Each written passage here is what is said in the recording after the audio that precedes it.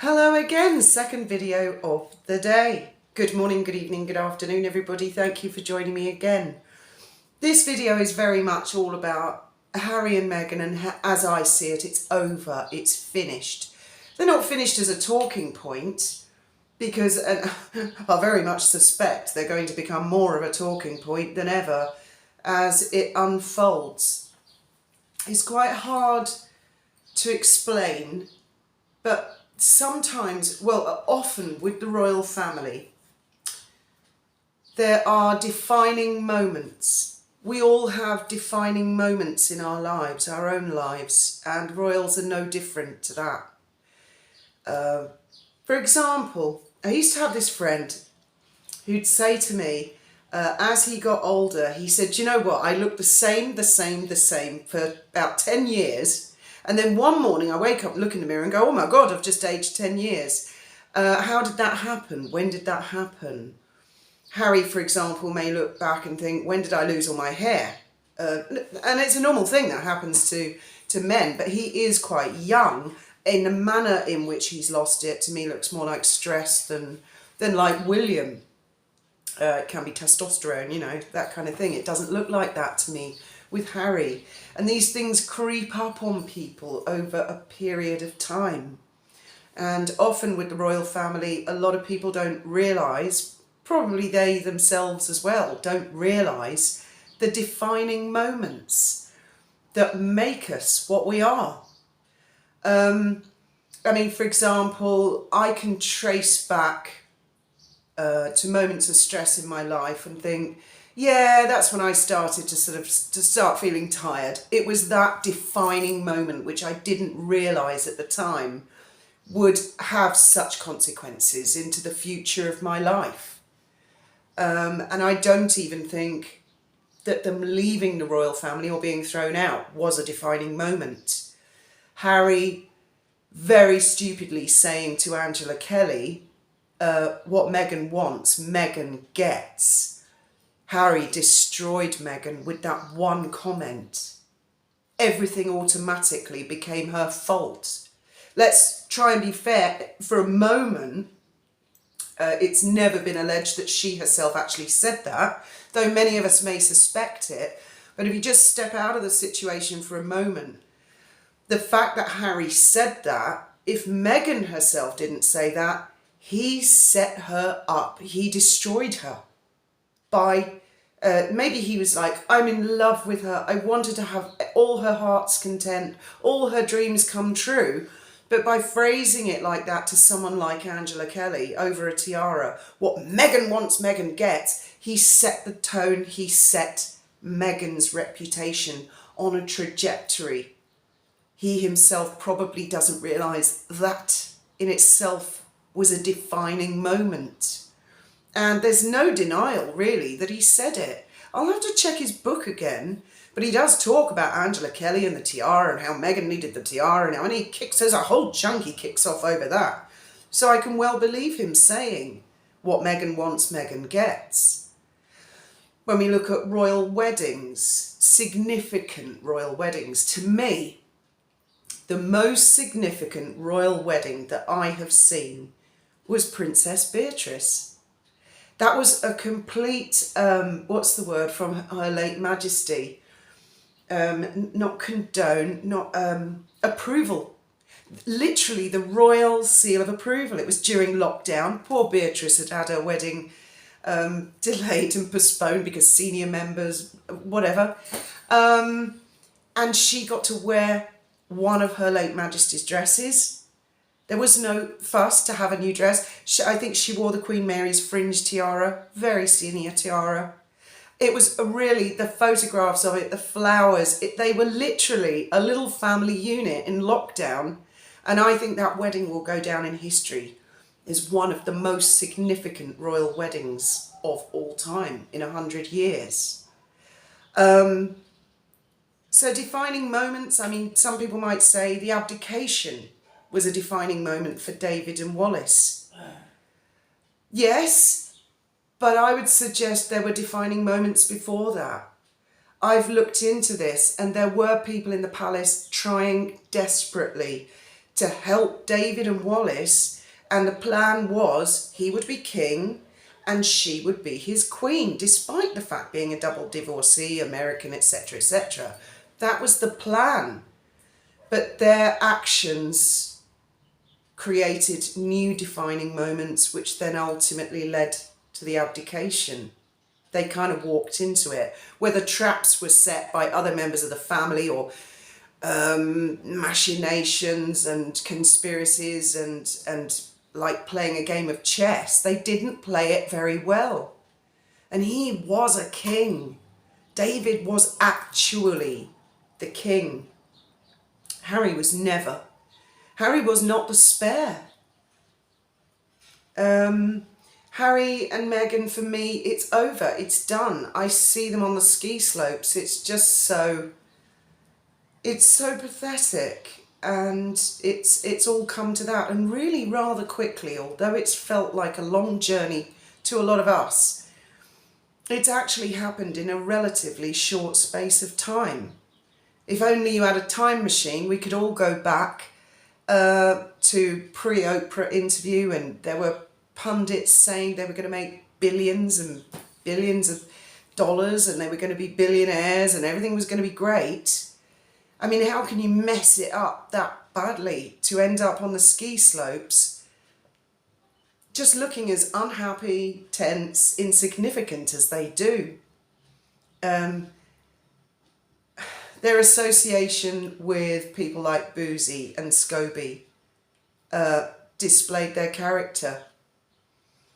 It will continue on a downward trajectory for sure. She's now got this Lemonadia thing, as I've heard. That's going to be a thing for her archetypes, where she will be paid per click, paid per,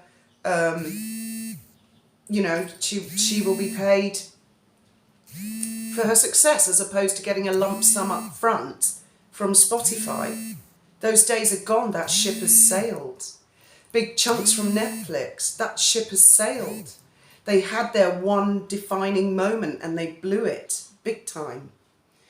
It didn't turn into the success. I'm not aware of any movie company saying, let's make a movie about it. I mean, there have been the Hallmark movies before, which are quite amusing and funny. And I'm certain that they helped with them, because I've seen clips of these movies like Escaping the Palace, Harry and Meghan, a love story and stuff. And the clips I've seen, it's really interesting because they're trying to depict Meghan as a victim, but it comes across exactly as how it has unfolded in the public. They have 8 short years, about 7.5 years now, of relevance. What is Harry's purpose, constitutionally speaking, within the royal family? There's lots of talk. Everybody wants the titles removed. I would suggest you guys have already done the titles in. We all have. All people who've commented on this absurd and intriguing situation that's gone on with Harry and Meghan. It's really irrelevant whether they keep the titles now or not. They're trying to merchandise off them. They've got a new website, but will that translate into, or will people say it's not bankable? No one cares. No one's interested. It will be interesting to see how she gets on with Lemonadia, because if she does have to do it per click, how humiliating if there are no clicks, or too many thumbs down, or she can't keep the attention span, or, I mean, that is pressure to be like on a YouTube channel where if people are not interested, they just switch off. They don't want to listen to a particular YouTuber. How will it work out for them? The comparisons between David and Wallace and Harry and Meghan, I also sometimes feel are unfair, because although there are similarities, both Wallace and Meghan American. Wallace I think was twice divorced, Meghan once divorced. But Wallace had a mystique about her. Over the years, once in a while, I look on eBay, and if I see something that comes up that's Wallace related, I'm interested. I don't necessarily bid on it because they tend to be expensive, but I do follow it to see how much it went for, and I look into it. And there is a mystique, there is an intrigue about Wallis. Wallis was a lady who I don't think was a natural beauty. She got comfortable in her own skin. She developed her own style. She got used to her own face. But I mean, like most of us, I'm not a natural beauty. I've never been. I was always an ugly duckling. But you get used to yourself. You get used to your own foibles and you make the best of what you've got. And that's what Wallis did. And she did, I think, conduct herself as a lady to a large extent. The interviews that are out there, she wasn't critical of the royal family. There may have been other things going on in the background. It's such a shame that her name has been darkened because of the similarities of being American and divorcee. And it is unusual that this history seems to have repeated itself. Again, it's unfair comparison between Harry and David, because as I say, David was actually the King of England. He just never made it to the coronation. He abdicated. So he was kind of like a half king. Harry has never been a monarch. He's nowhere near it. Yes, he's on the Councillor of State thing for the time being. They're not going to call on him. Yes, I did see that thing on... there was a person who said that one of their relatives works in the palace security, and that when Harry went to go and visit Charles, he was really frisked. There was shouting going on. I can well believe all that. How dare you? Who do you think you're talking to? That along those lines. I mean, not verbatim. And then that he was told, you know, you have to listen. Listen. And Charles spoke a little for a few minutes and then left to go and collect Camilla before flying off and escaping to Sandringham. It was dealt with, done and dusted. Then there's Harry on the ski slopes. What's he supposed to say? When the guy said to him, have you thought about becoming American? Yeah, once or twice. Well, what's stopping you? His answer was, well, I'm here with these people at Invictus. I mean, that's not an answer, is it?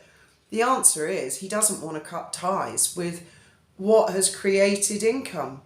But being connected to it to create income, that's one thing. But will actual studios, producers, Hollywood, do they actually think it's bankable? Is there substance? And I'd suggest no, there's no real substance behind what Meghan and Harry have to say as people. I can't work out a lot of her word salad speeches. They're not actually, if they weren't related to the royal family, if they, let's say they were just, she worked as a waitress and he worked in McDonald's, and nobody had ever heard of them. There's nothing spectacular, there's nothing that unusual about them. There's no stardust going on there. The stardust came from the royal family, and now everybody can really see that is over. It is over. It's finished. They have been cut loose. They've been given the freedom which they so greatly craved. And now it's over to them to decide how they're going to do it. Now, I can honestly say, hand on heart, I've never looked on eBay or any website to see if there's anything related to Meghan Markle. I don't care. There's no mystique there like there is with Wallis. Sometimes I look up if there are items for sale to do with Lady Astor, Grace Kelly, Jacqueline Onassis, people with real stardust, substance, pizzazz, mystique, intrigue, things to do with the tragedy of the Romanovs or any Russian royal family history. And they can make, there are so many adaptations that have been made around those characters because they had substance. Harry and Meghan, I mean, when I speak of the 8 short years, what I'm speaking of course, is until Prince George reaches his 18th birthday. He's 10 now. He will be 18. So the only sort of vague possibility Harry has, or use, shall we say, is as a potential regent. And it is a fact that he would be, that would be the immediate thing. Whether they'd use him or not, I don't know. But once George is of age, even that's gone. He's even further away from the throne. Something he's been painfully aware of for ages. So they had this relatively short window. I mean, it seems like a short window. what is it, about 11 years. Now we're down to 8 years before George. And when George is 18, the press are going to be looking at his girlfriends, what he's going to do with his life. They're going to be looking at Charlotte, who will be 16. You know, it's the next generation. So it's a very, very, very short window. And Harry must be sitting there now looking at himself thinking, my God, I've aged, like we've all done. You know, I've sat there and thought, when the hell did that happen? And you cast your mind back and you think, I think it actually began to set in at that defining moment, at that particular point. And dim as he is, Harry will, of course, have to sit there and think, when did this happen? Where did it all go wrong? So yeah, I mean, where do you think the defining... For me, I think that one of the defining moments for Meghan, and I saw it at the wedding, was after they got married and they were in the carriage. And she just had this look on her face, like, I looked at it and thought, she feels invincible now. She feels like she can literally control the world. It blew her mind, absolutely blew her mind. And she ended up... I feel that day was her downfall. That was the beginning of the downfall, because she felt so pumped up and invincible that she behaved like that. And now they're putting on this little cutesy, you know, oh, we're just nice, cutesy, wootsy. But no, all the Oprah stuff is still there. I really bloody hate that word, receipt. It was her friend, I think her name was Javinka, or Javanka, I can't remember, who gave an interview to Philip Schofield and Holly Willoughby afterwards and said, they spoke their truth. Meghan has the receipts, which we've yet to see. I mean, that expression, we have the receipt, sets my teeth on edge. She either has evidence to back up or she doesn't. But, I mean, she's just a load of hot air. And it will be interesting to watch and see their public persona downfall, unless they withdraw from public life, and I don't believe they will. I believe it's going to become ever more like Kaiser Wilhelm, who lived out his days in Holland, the woodcutter. I was looking him up the other day. I actually had more admiration after having looked him up than I did before, but he sort of lived out of this little imaginary kingdom. I can see them ending up living out their days. I mean, like the Duke and Duchess of Windsor sort of lived it out in a little villa in France. Nice place to live, but what a fall, and with the world watching. And as I say, Wallace and David conducted themselves, I feel, with as much grace and dignity as they possibly could under the circumstances and with that era. Whereas Harry and Meghan are living under an Instagram spotlight, aren't they, which they've put themselves in. I mean, there's scandals with Africa Parks, there's opportunities, but I don't think he's got the energy. I think they're all at sea. I don't think they know what the hell's going on, and now they're clinging to Invictus. They're clinging to it like a life raft, whereas there was a time, wasn't there, when for example, he something to do with the Royal Marines, but he had to go to a Disney premiere of The Lion King and pitch for his wife to get a voiceover, which she did for Disney, and there were £4 million charity, of which we never found out where that went. Wasn't there something about they couldn't do something for Invictus because they had a deal with Amazon, or they had a deal with Amazon and a competitor, Netflix, and so Invictus at that moment got flicked. You know, we've got bigger fish to fry. We're talking to Oprah. We've got stuff to do. Whereas now their world has shrunk, and now they are literally clinging to Invictus like a life raft. It's over. It's finished. I don't know why people are worried that they're going to go back to the royal family. It's never going to be the same, even if they move back to the UK. And I bet you he's got a property in the UK. I bet you he has.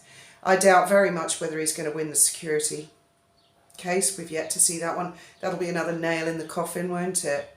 What they'll probably do is say he can have security when he comes to the UK, which is kind of the current arrangement. It's all really very sad and very tragic, and they could have done so much with their lives. And then I see the rest of the royal family getting on with life and making really rather a great success of it.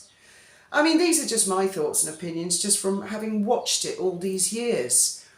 And perhaps if they just embraced a little bit of criticism back in the day, rather than having these wild PR sugar attacks and stuff like that.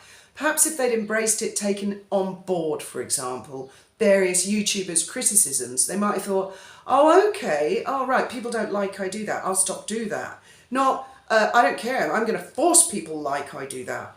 Well, this is a bit of a ramble, as you can tell, what it would be to be a fly on the wall. I mean, Meghan will never recognise a defining moment. For her defining moment was the dishwasher commercial. Another one was getting the part on Suits. Another one was marrying Prince Harry. Those are her defining moments. She'll never look at her life, I don't believe, and think, where did it all go wrong? Oh, maybe I shouldn't have done that. Maybe I shouldn't have said that.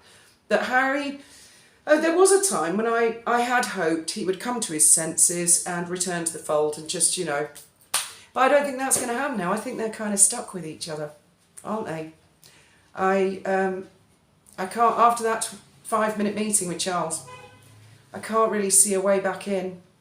I can't see Catherine, all these puff pieces, Catherine, Mrs. Meghan. Oh my God, there was one in yesterday.